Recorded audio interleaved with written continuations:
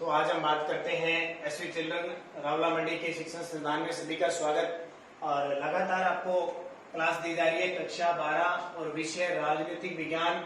जो खंड ब है आपका भारत के संविधान, भारत का जो संविधान है उसका हम पहला पाठ स्टार्ट कर चुके हैं और पूरी संविधान की विशेषता हम पढ़ चुके हैं। जो 20 इंपोर्टेंट संविधान की विशेषता थी उनके बारे में चर्चा की और मैं उम्मीद करूंगा आपको वो बातें समझ में आ गई होगी जो मैंने आपको कई पार्टों में उपलब्ध करवाई थी।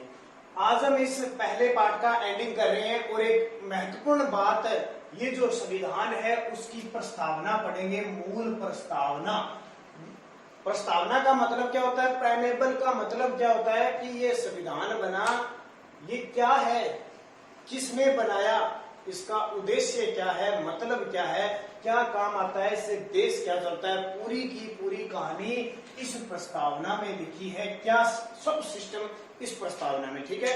तो मेन जो मुद्दा है ना वो संविधान की विशेषता, संविधान का वो प्रस्तावना है। कौन सा प्रस्तावना, इसके बारे में हम चर्चा करेंगे। और हर किताब, लगभग किताबों के पीछे ये लिखा होता है मूल प्रस्तावना साहिब, ये उद्देशिका जिसको कहते हैं। ये आपकी 12वीं की पॉलिटिकल है, भारत का संविधान। उद्देशिका, हम भारत के लोग, भारत को एक संपूर्ण प्रभुत्व समाजवादी, ये चीज आप पढ़ते हो, कितने सालों से आप ये चीज पढ़ते आ रहे हो, लेकिन इसका मतलब नहीं समझे और नहीं आपने इस पे गौर किया भी है क्या। हम भारत के लोग भारत को संपूर्ण प्रभुत्व संपन्न समाजवादी अखंडता पंथ निरपेक्ष बनाना चाहते हैं। इसका मतलब क्या हुआ, तो कानून किसने, ये संविधान बनाया किसने, क्या इसकी प्रक्रिया है, क्या कैसे काम करता है, उसके बारे में आज इस प्रस्तावना में हम चर्चा करेंगे। और आज तक इस प्रस्तावना उद्देशिका में सिर्फ एक बार संशोधन हुआ है। तो हमारा संविधान कठोर और लचीला है, ये पढ़ा था ना, तो जब जरूरत पड़े तब इसमें संशोधन कर सकते हैं। तो एक बार 42वां संविधान संशोधन हुआ था 1976 में, उसमें संशोधन किया गया। अब देखिए मूल प्रस्तावना में क्या था, मूल प्रस्तावना समझ गए ना, प्रस्तावना उद्देशिका का मतलब ये बता दिया। अब मैंने लिखा है मूल प्रस्तावना, इसका मतलब क्या हुआ भी, मूल का मतलब है जब 26 जनवरी 1950 को हमारा संविधान लागू हुआ था। कब हुआ था, 26 जनवरी 1950 को, जिस दिन हम गणतंत्र दिवस के रूप में हर साल 26 जनवरी को बनाते हैं। इस दिन इस संविधान को क्या लागू कर दिया गया। जब इस संविधान को लागू किया उस समय जो भी संविधान में लिखा था उसको कहते हैं मूल संविधान। तो 26 जनवरी 1950 को हमने लागू कर दिया और हमने बना कब दिया था, 26 नवंबर 1949 को तैयार कर दिया था लगभग, यानी उसका 90% हिस्सा 26 नवंबर 1949 को बन गया था। तब प्रस्तावना तैयार हो गई थी और लागू कब हुई, 26 जनवरी 1950 को लागू हुई थी। वो इस जिसमें भी लिखा था वहां लिखाएगा आपको मूल प्रस्तावना। अब मैं दो चीजें आपसे कॉम्प्रोमाइज करूंगा, एक इधर मैंने लिख रखी है वो भी प्रस्तावना है, यहां मैंने लिख रखी है संशोधित, क्योंकि एक बार संशोधित हुआ है। अब दोनों में अंतर क्या है ये चीज हम पढ़ेंगे। देखो मैं आराम से पढ़ रहा हूं, आज तक आपने पढ़ी है, लेकिन फिर भी मैं आपको एक एक चीज बताऊंगा। मूल प्रस्तावना में क्या लिखा है, हम भारत के लोग, हम भारत के लोग है ना, हम कहते हैं हम भारत के नागरिक हैं, हम भारत के लोग, जब ये प्रस्तावना में लिखा है ये, हम भारत के लोग भारत को संपूर्ण प्रभुत्व संपन्न, हम भारत के लोग, भारत के लोग क्यों क्या कहा है, क्योंकि भारत की जनता के द्वारा चुने हुए प्रतिनिधियों ने संविधान बनाया था, ठीक है। ऐसे नहीं दो इधर से आगे दो इधर से आगे सारे इकट्ठे हो गए संविधान बना दिया, नहीं, संविधान बनाया किसने, जनता के द्वारा चुने हुए प्रतिनिधि ने। जैसे आज मैं कह दूं हमने नरेंद्र मोदी जी को चुना, हमने अमित शाह को चुना, हमने अशोक गहलोत जी को चुना, सब चुन के संविधान बनाते हैं, वो जनता ने चुने ना। तो इसलिए कहते हैं हम भारत के लोग भारत को संपूर्ण प्रभुत्व संपन्न, संपूर्ण प्रभुत्व संपन्न का मतलब अब ये स्वतंत्र है, अब इस पे कोई बाहरी आक्रमण नहीं करेगा, कोई इस पे विदेशी दबाव नहीं है। जैसे आज तक अंग्रेजों का दबाव था ना, अब किसी का भी दबाव नहीं है, क्योंकि भारत आजाद हो चुका है, अब किसी का दबाव नहीं है, एकदम स्वतंत्र है, लोक तंत्रात्मक गणराज्य। इसका मतलब होता है अब जो सत्ता बनेगी, जो शासक बनेंगे, जो मंत्री बनेंगे वो जनता द्वारा चुने होंगे, जनता द्वारा, गणराज्य का मतलब होता है अप्रत्यक्ष रूप से, और लोकतंत्रात्मक का मतलब होता है प्रत्यक्ष रूप से चुने जाएंगे। जनता चुनेगी, ध्यान रखना।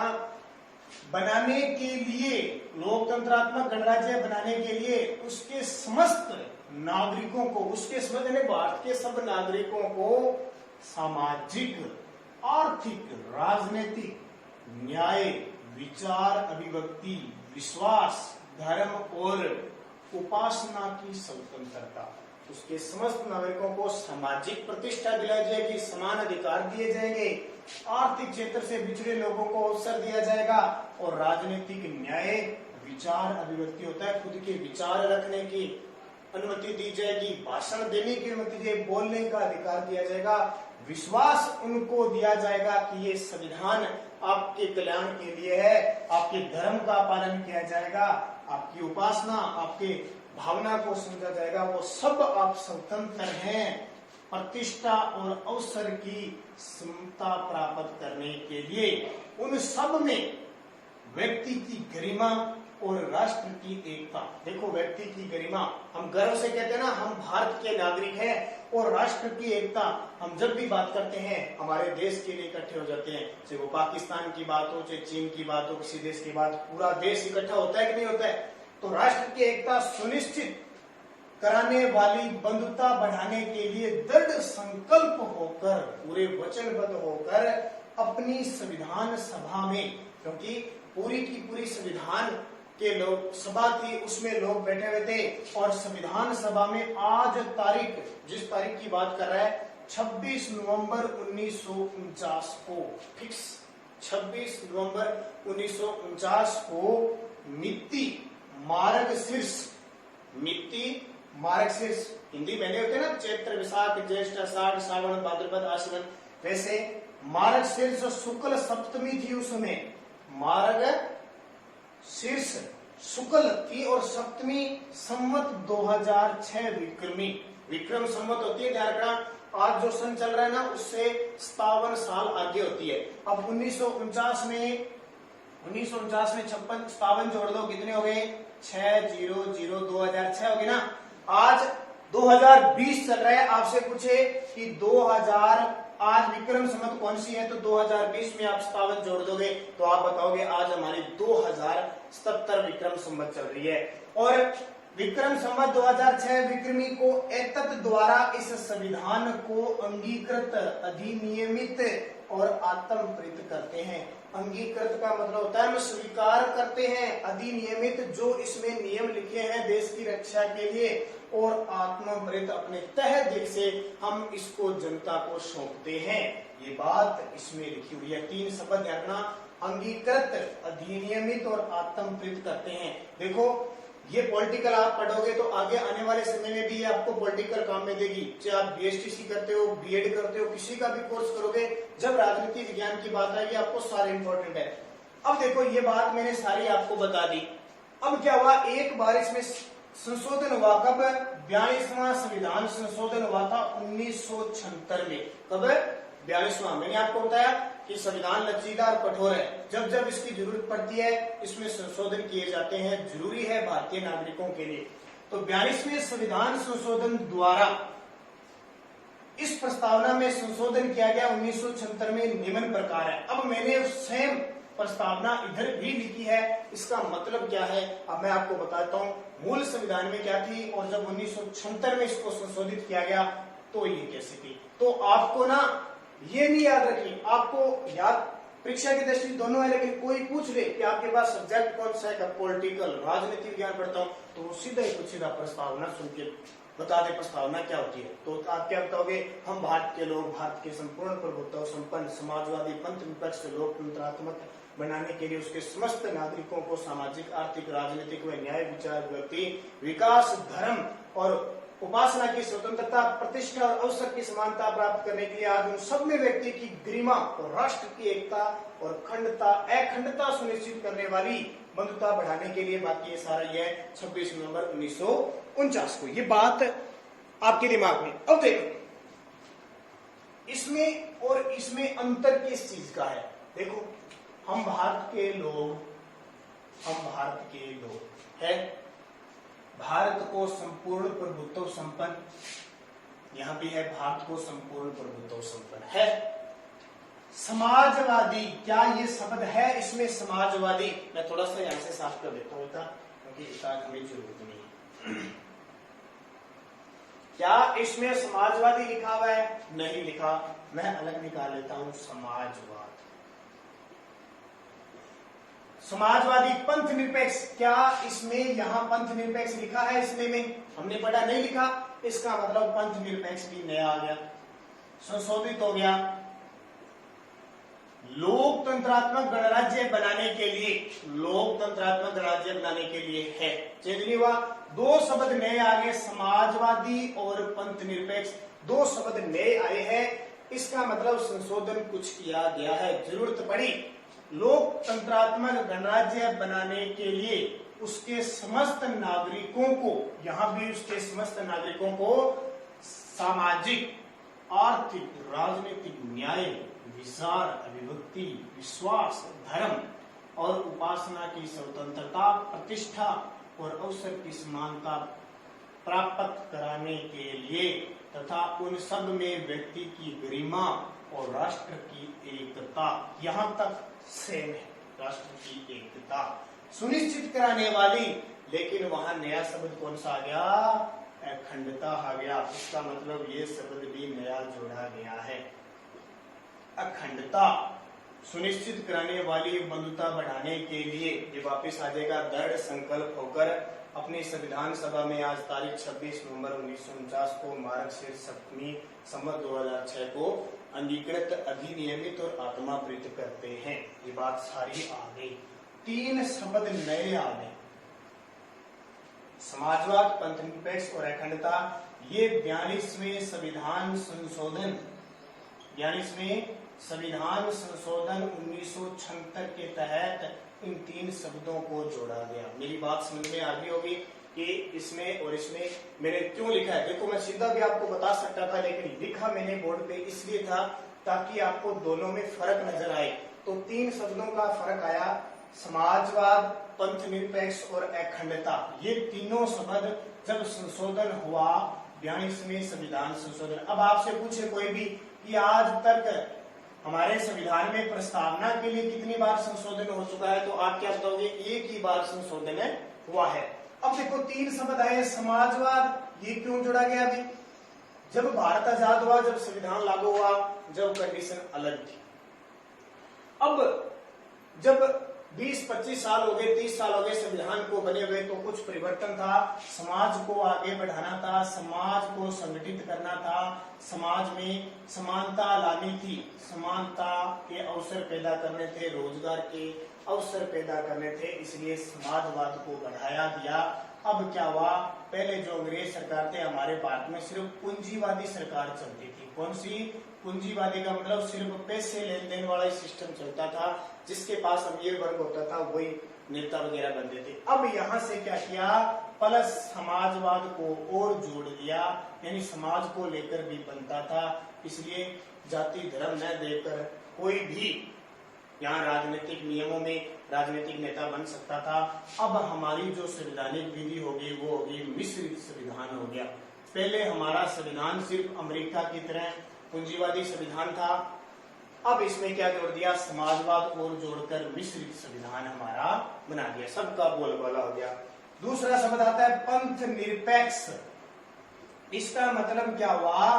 पहले हमारा भारत आजाद हुआ, पाकिस्तान अलग हो गया तो मुस्लिम उधर चले गए, हमारे भारत में हिंदुओं का बोलबाला था।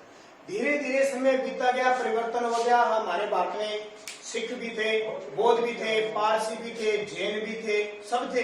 अब क्या हुआ कि एक का अगर हम बात करें, अब हिंदू को लेके चलेंगे तो बाकी क्या करेंगे? ठीक है, मुसलमानों को लेके चलेंगे तो क्या करेंगे? इसलिए यहाँ एक फिर संशोधन हुआ, इसी में पंथ निरपेक्ष का मतलब होता है भारत का कोई धर्म नहीं है, कोई पंथ नहीं है, भी हिंदू अकेला कुछ नहीं है भारत, नहीं भारत किसी धर्म में इंटरफेयर करेगा और नहीं किसी स्पेशल एक धर्म को बनाने के लिए सपोर्ट करेगा, यानी भारत का कोई धर्म नहीं है। किसी भी धर्म को आप अपना सकते हैं, कोई रोक टोक नहीं है, किसी भी धर्म का आप प्रतिबंध नहीं लगा सकते, वो पंथ निरपेक्ष है, यानी सब स्वतंत्र है अपने धर्म का पालन करने के लिए। ठीक है, फिर शब्द आता है अखंडता। क्या आता है? अखंडता। अब जब भारत आजाद हुआ तब ये अखंडता शब्द नहीं था, लेकिन अब इसको 42वें संविधान संशोधन 1976 के तहत जोड़ा गया। क्या जोड़ा गया? कि भारत अखंड है, भारत के टुकड़े नहीं हो सकते, और कोई भी व्यक्ति, कोई भी नागरिक अगर भारत की इस अखंडता को भंग करना चाहेगा तो उस पर कानूनी कार्रवाई की। तो भारत एक मिश्रित राज्यों का संघ है, इसे तोड़ा नहीं जा सकता। ये 3 शब्द इस प्रस्तावना में जोड़े, तो हमें आज अगर याद करनी है तो ये याद रखना। ठीक है, ये होगी संविधान की विशेषता में स्पेशल और स्पेशल आपको प्रस्तावना दी है। थोड़ी बातें मैंने बता दी, थोड़ा और पढ़ लेना, मैं आपको कुछ और बातें बता देता हूँ। प्रस्तावना की विस्तृत विवेचना करें, विस्तृत विवेचना तो थोड़ी सी बता देता हूँ। घोषणात्मक में क्या होता है? घोषणात्मक, घोषणा की गई, यही बात किताब में पढ़ना, सीधा बताता हूँ। घोषणा की गई ये, हम भारत के लोग भारत को संपूर्ण प्रभुत्व संपन्न समाजवादी पंथ निरपेक्ष लोकतंत्रात्मक राज्य बनाने के लिए उसके समस्त नागरिकों को सारे अधिकार देते हैं, और 26 नवंबर 1949 को अधिनियमित आत्मा पे तो अंगीकार करते हैं। उद्देश्य भाग इसका क्या है? उद्देश्य भाग, ठीक है। अब उद्देश्य भाग के अंदर जितना भी आपका मैटर बच गया, कौन सा? उद्देश्य भाग में संपूर्ण प्रभुत्व संपन्न, ये शब्द आया है, संपूर्ण प्रभुत्व संपन्न। मैंने बता दिया भारत अब स्वतंत्र है, विदेशी आक्रांताओं से नहीं है, इसका कोई आंतरिक मामला नहीं है। समाजवादी है, समाज पंथ निरपेक्ष लोकतंत्रात्मक गणराज्य, ये मैंने सारी बात आपको बता दी, अखंडता वगैरह सारी बता दी। विवरणात्मक भाग इसका क्या है? सामाजिक, आर्थिक और राजनीतिक सबको न्याय मिलेगा, बेशक मताधिकार पे वोट देने का अधिकार होगा, आर्थिक क्षेत्र से पिछड़े लोगों को रोजगार दिया जाएगा, भौतिक सुविधा दी जाएगी जितनी राज्य के पास है, और समाज को प्रतिष्ठित एकता समानता भावना ली जाएगी। किताब में पढ़े ना थोड़ी थोड़ी। स्वतंत्रता, समानता और बंधुत्व का दायरा, सब स्वतंत्र है बोलने में, निवास करने में, कहीं भी रहने में, लेकिन अगर देश को बांट दिया, देशद्रोह किया तो उसे बख्शा नहीं जाएगा। सबको समान अधिकार दिया गया, सब भाई बंधु की। और तीसरा, व्यक्ति की गरिमा और राष्ट्र की एकता, व्यक्ति की शान रखी जाएगी, राष्ट्र की एकता को बनाए रखा जाएगा और अखंडता को बनाए रखा जाएगा। तो ये थोड़े थोड़े आप पढ़ लेना, मैंने इसकी डिटेल बता दी। ये आपका क्लियर हो गया पहला पार्ट, संविधान की विशेषता और प्रस्तावना के साथ। तो मैं उम्मीद करूंगा आप इस प्रस्तावना को बढ़िया तरीके से पूरी याद करोगे, ताकि आने वाले एग्जामों में आपके लिए इम्पोर्टेंट साबित हो। और इसके क्वेश्चन दे रखे हैं, ठीक है, क्वेश्चन दे रखे हैं। भारतीय संविधान को संविधान सभा द्वारा अंगीकार किया गया, कब किया, ये सारे प्रश्न आप कर लेना। नॉर्मल से मैंने सारे बता दिए, कल के वीडियो में थोड़ा सा इनको और पढ़ लेंगे। तो कल पढ़ेंगे मूल अधिकार, हमारे संविधान में मूल अधिकार है क्या है। तो धन्यवाद, तब तक बढ़िया तरीके से अध्ययन कीजिए।